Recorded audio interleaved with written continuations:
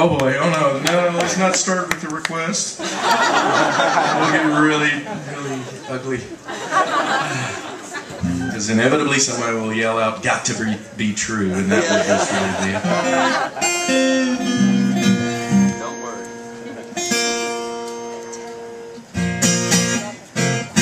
Although I'm actually pretty proud of that song, "Got to Be True." That I did prove that you can rap with an acoustic guitar. I'm not saying it was good, I'm not saying it was legitimate, I'm not saying it was even worth doing, but I did do it, so it's okay.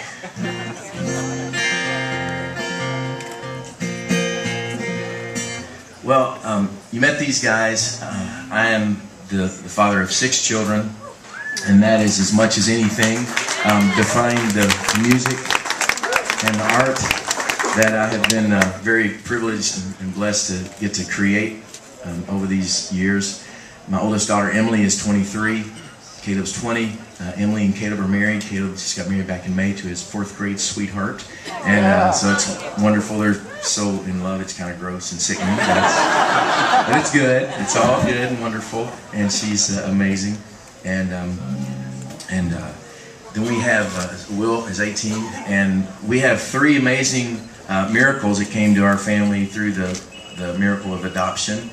3 little girls adopted from China, and we have 10-year-old Shohana and 7-year-old Stevie Joy, and then our Maria Sue, our youngest, she had her 5th birthday, May of 2008, May the 13th, and then May the 21st of 2008, she went to heaven.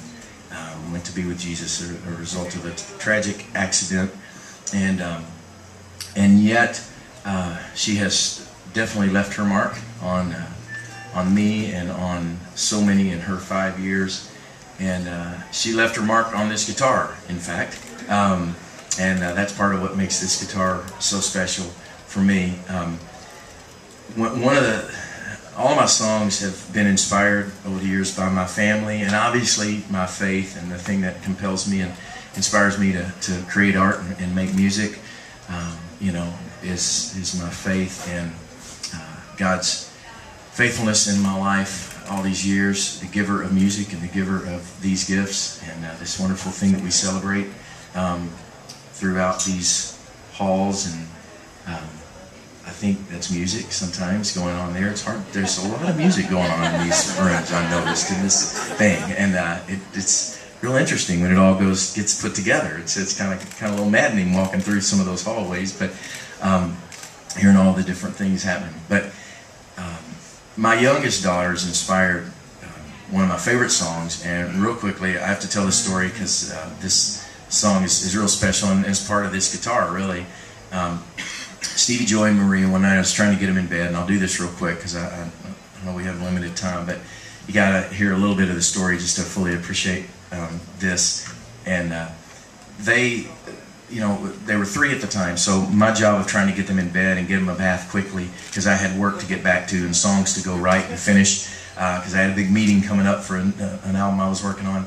I was trying to hurry them through, and that just doesn't happen with 3-year-olds and bathtubs and bedtime, but I was foolish enough to think I could rush it. And so I kept telling them, we're going to hurry, we got to hurry, we got to hurry, and they kept escaping me, and they would go and put on their Cinderella, Snow White costumes and come tell me that they had a ball they had to go to. And so bedtime was not really on their agenda, and I was saying, no, you're going to bed, not to the ball. And it just became one of these deals where I was very frustrated. They were having a lot of fun, and I was not having any fun at all. And the more fun they had, the less fun I was having, if any parents know what I'm talking about. And they're having a big time. And so finally, when I finally got them in bed, it was one of those nights where it was just literally, you know, they always have to have a story before they go to bed. And my story that night was something like 2 little girls went to sleep, the end. And, you know, they needed to drink water and all that stuff. And I was just really frustrated. And so finally, my parting words were something like, I love you, I mean you, good night. You know, and I slammed the door and was like, why does this take so long? And I'm frustrated and I'm angry.